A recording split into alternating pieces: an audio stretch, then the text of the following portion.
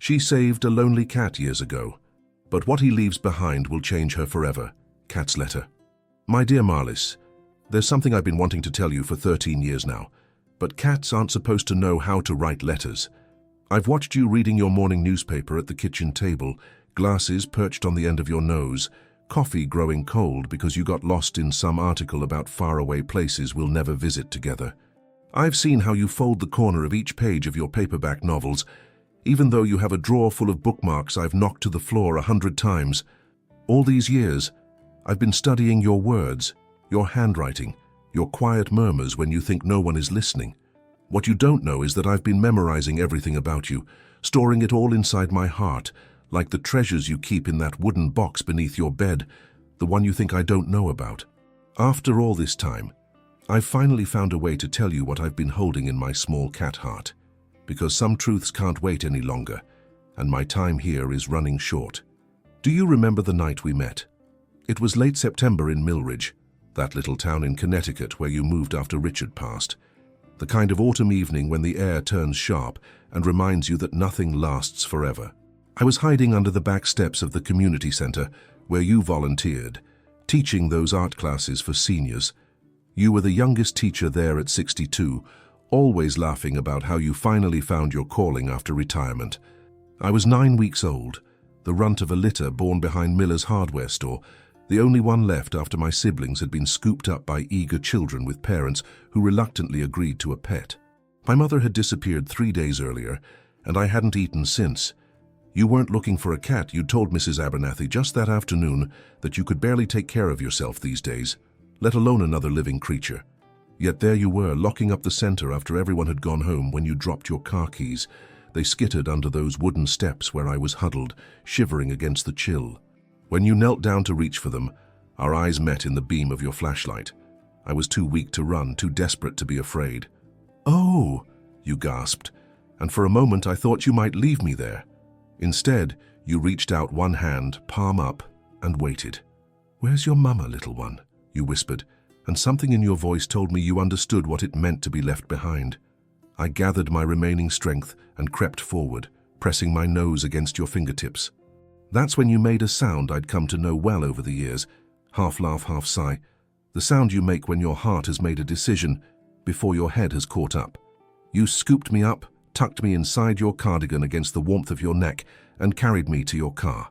"Just for tonight," you told me as we drove the 4 blocks to your small blue house on Sycamore Street, "just until we find where you belong." But I already knew where I belonged. I belonged with the woman who smelled like paint and cinnamon, whose heartbeat matched the perfect rhythm for my purring. That first night, you made me a bed from a shoebox and an old sweater that smelled like you. You warmed some milk and dribbled it into my mouth from your fingertip when I was too weak to lap it up myself. You stayed awake until 3 in the morning, checking that I was still breathing, still fighting. When dawn broke, you called the local vet, Dr. Mayhew, with his bristly mustache and gentle hands, and took the day off from your volunteer work to have me examined. "He's a fighter," Dr. Mayhew told you as he administered my first vaccinations. "What are you calling him?" You hesitated only a moment before answering. "Tucker," you said firmly. "His name is Tucker." Later, you told me it was because I had tucked myself so tightly against your neck that first night, as if I'd always known where I belonged. The just for tonight turned into a week, then a month.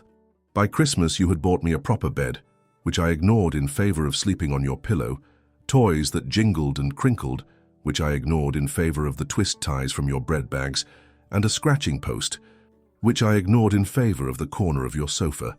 You pretended to be exasperated, but I caught you smiling when you thought I wasn't looking. "You're incorrigible," you'd say, scratching behind my ears in exactly the spot that made my back foot thump with pleasure. Our first year together, we established the routines that would define our life. I'd wake you each morning by gently placing my paw on your cheek, careful not to use my claws. You'd grumble something about 5 more minutes before finally opening your eyes and immediately reaching out to stroke my head. We'd make our way to the kitchen where you'd prepare your coffee, cream, no sugar, and my breakfast. You'd talk to me while we ate, telling me about your plans for the day or recounting memories from before we met. I listened to stories about Richard, your husband of 40 years who died too young at 66, About your son Michael, who lived in Seattle with his family and called every Sunday at exactly 6 p.m. About your sister Judy, who you hadn't spoken to in 11 years because of some argument neither of you could quite remember anymore. As the seasons changed, we settled into each other's lives like we'd never been apart. Spring meant open windows and bird-watching from the sill, my tail twitching with excitement, while you laughed at my chattering. Summer brought warm evenings on the screened porch, where you'd read aloud from whatever book had captured your interest that week.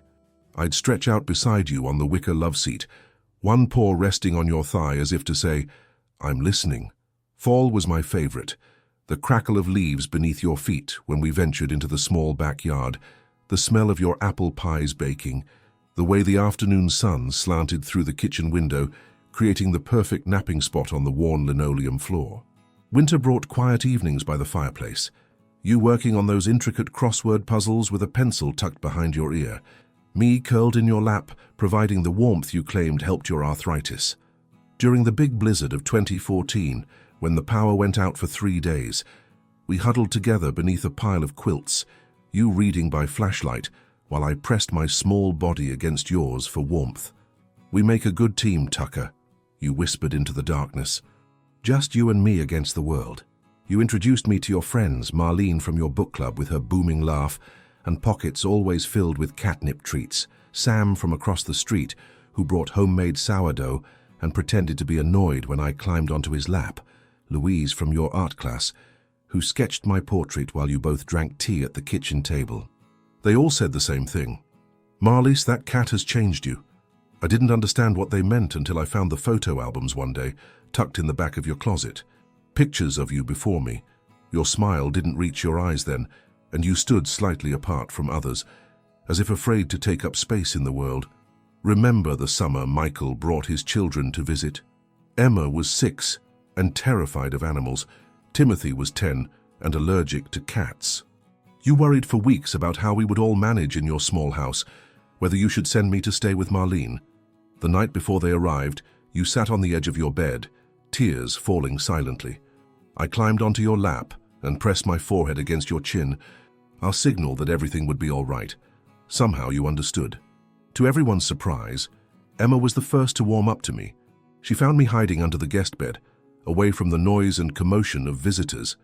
Instead of trying to drag me out, she lay on her stomach and whispered stories about her school and her friends. By the second day, I was sleeping at the foot of her bed.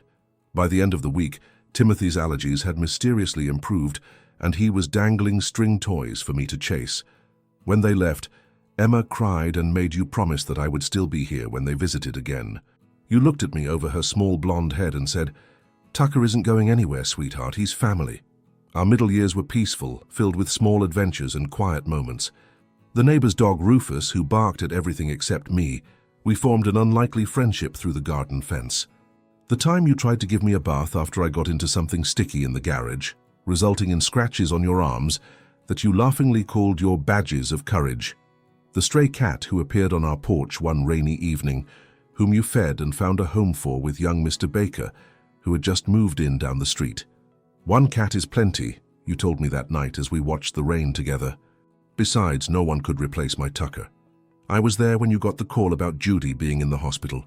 You sat frozen at the kitchen table, the phone still clutched in your hand long after the call had ended. 13 years of silence between sisters, and now time was running out.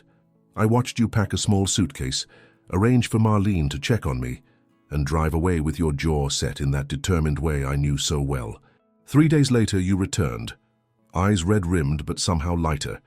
You sat in your favorite chair, pulled me into your lap, and told me everything, the tearful reconciliation, the shared memories, the promises to never waste time on pride again. "Life's too short, Tucker," you said, stroking my fur. "Judy wants to meet you next month when she's stronger." I told her all about my handsome boy. The visit never happened. Judy took a turn for the worse, and you rushed back to Boston for the funeral. When you returned this time, the grief was different, quieter, deeper. You didn't get out of bed for 2 days. I stayed right beside you, leaving only to use my litter box before hurrying back. On the third morning, I grew worried and decided desperate measures were needed. I knocked your framed photo of Richard off the nightstand. The crash startled you upright, and for a moment you stared at the shattered glass in confusion. Then you looked at me, sitting innocently beside the destruction, and something broke inside you. You laughed until you cried, then cried until you laughed again. All right, you finally said, wiping your eyes. Message received. Life goes on. And it did go on. We settled back into our routines, though now there were weekly phone calls with your niece Rebecca, Judy's daughter. She sent pictures of her children, which you proudly displayed on the refrigerator, as if they were your own grandchildren. You seemed more determined to embrace life, joining a walking group at the senior center, volunteering at the local animal shelter, finally learning to use the computer Michael had given you 3 Christmases earlier, so you could have video calls with the family out west. I noticed the changes in my own body before you did. Jumping onto the counter became more difficult. My naps grew longer. The sunny spots called to me with greater urgency. Dr. Mayhew confirmed what I already knew during my annual checkup when I was 9. He's entering his senior years, he told you, as he listened to my heart. Cats can live well into their late teens, but it's time to start some supplements for his joints. You nodded solemnly, adding my pills to your own growing collection on the bathroom counter. Every morning you'd wrap mine in a bit of cheese, making sure I swallowed it before giving me an extra treat for being good. We both slowed down as the years passed. You gave up the walking group when your knee began troubling you, opting instead for gentle yoga classes at the community center. I gave up climbing the backyard tree, content to watch the birds from the safety of the porch. We napped together more often, afternoon sunlight warming us both as we dozed on the sofa. Sometimes you'd wake disoriented, not remembering if it was morning or evening. I'd nuzzle your hand to ground you, and the confusion would clear from your eyes. What would I do without you, Tucker? You'd murmur, stroking my graying fur. Last winter was the hardest. The cold seemed to seep into both our bones despite the extra heater you installed in the bedroom. You fell on the icy front steps after getting the mail, not badly hurt, but shaken enough that Michael insisted on installing those grab bars in the bathroom and getting you one of those emergency button things to wear around your neck. I'm not an invalid, you protested during your weekly call, but later that night I caught you touching the button with trembling fingers, reassured by its presence. The pain in my hips grew worse with the damp cold. Some mornings I couldn't make the jump to your bed to wake you, and you'd find me waiting patiently on the floor beside you. Without a word, you'd gently lift me up, pretending not to notice how I winced when you touched certain spots. You began carrying me to my favorite windowsills, to my food bowl, to the sunny patches on the carpet. Just until you feel stronger, you'd say, but we both knew some strength doesn't return once it's gone. Spring came, bringing brief respite. The warmth eased both our aches. We spent hours on the porch together, you with your painting easel set up to capture the riot of flowers in Mrs. Abernathy's yard next door, me dozing nearby, occasionally opening one eye to check your progress. The light's not quite right, you'd mutter, mixing colors with focused intensity. I loved watching you paint, the way you forgot everything else, even time itself, lost in creation. It was during one of these peaceful afternoons that I had my first seizure. One moment I was dreaming of chasing butterflies, the next my body was betraying me, jerking uncontrollably as terror flooded through me. I heard your cry of alarm as if from underwater, felt your hands gentle on my convulsing body. It's okay, Tucker, I'm here. I'm right here.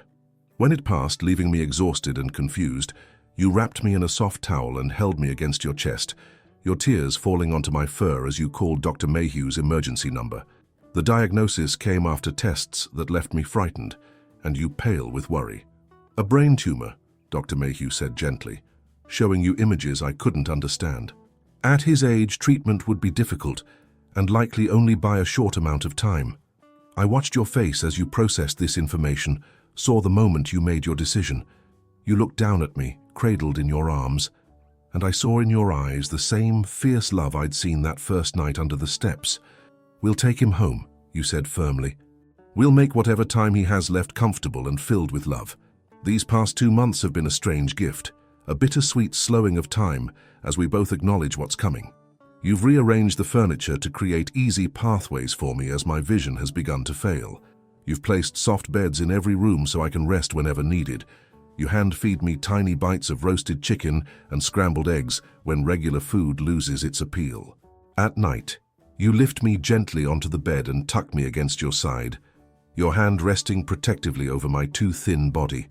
Yesterday, after my second seizure of the week, you sat on the porch with me in your lap, gently stroking my head as we watched the sunset together. 13 years, you whispered. You gave me 13 beautiful years, Tucker. You saved me, you know. After Richard died, I was just going through the motions. You made me live again. I tried to purr for you, but could only manage a faint rumble. Still, you understood. You always have. Marlise, my person, my heart. I need you to know that it was you who saved me, not just that night under the steps, but every day since. You gave meaning to my small life. You taught me that love doesn't need words to be understood. Each time you scratched behind my ears exactly right. Each time you saved the last bite of tuna sandwich for me. Each time you called my name when you came home. Tucker, I'm back. As if your day wasn't complete until you'd seen me again. These moments made my life whole. Soon I'll have to leave you. My body is failing a little more each day, and we both feel the approaching goodbye in the air around us. I'm not afraid of what comes next, but I worry about you. Promise me you won't retreat from the world again. Promise you'll keep calling Michael every Sunday, that you'll continue your friendship with Marlene and Sam and Louise, that you'll finish that series of paintings for the community center showcase. Promise you'll remember to take your pills each morning, that you'll wear your emergency button even though you hate it, that you'll ask for help when you need it. Most of all, promise me you'll know how deeply you were loved. Not just by Richard, not just by Michael and the grandchildren, but by me, the small grey cat who has shared your pillow for 13 years. I may have 4 legs and a tail, but my heart has loved you with a fierceness that rivals any human bond. When you feel alone in the coming days, look for signs of me. I'll be in the sudden warm patch of sunlight that falls across your lap, in the unexpected breeze that turns the pages of your book to just the right spot, in the dream where I'm young again and running to meet you. They say animals can't understand time the way humans do, but they're wrong. I've counted every second of my life with you, treasured each moment from our first meeting to this letter I somehow find myself writing. Time isn't measured in years or months or days. It's measured in love. By that measure, we've lived 1,000 lifetimes together, and I wouldn't trade a single moment. When Dr. Mayhew comes tomorrow, I know what decision you've made. I see it in your red-rimmed eyes, in the way you've barely slept, in the special dinner you prepared for me tonight that I could hardly eat. It's the right decision, Marlise. It's time. When you hold me in those final moments, know that my last thought will be of you, my person, my family, my everything. Until we meet again, and we will, I promise. Your Tucker P.S. The missing earring you've been looking for since Christmas is under the refrigerator. I battered it there during a particularly spirited game of Chase the Sparkly Thing. Sorry about that. P.P.S. When you're ready, not now but someday, the animal shelter has a small black kitten with white paws who needs someone just like you. Her name is Midnight, and she's been waiting for her person. You won't be replacing me. You'll just be giving another little heart the chance to love you as I have. And Marlise, she'll be the luckiest cat in the world.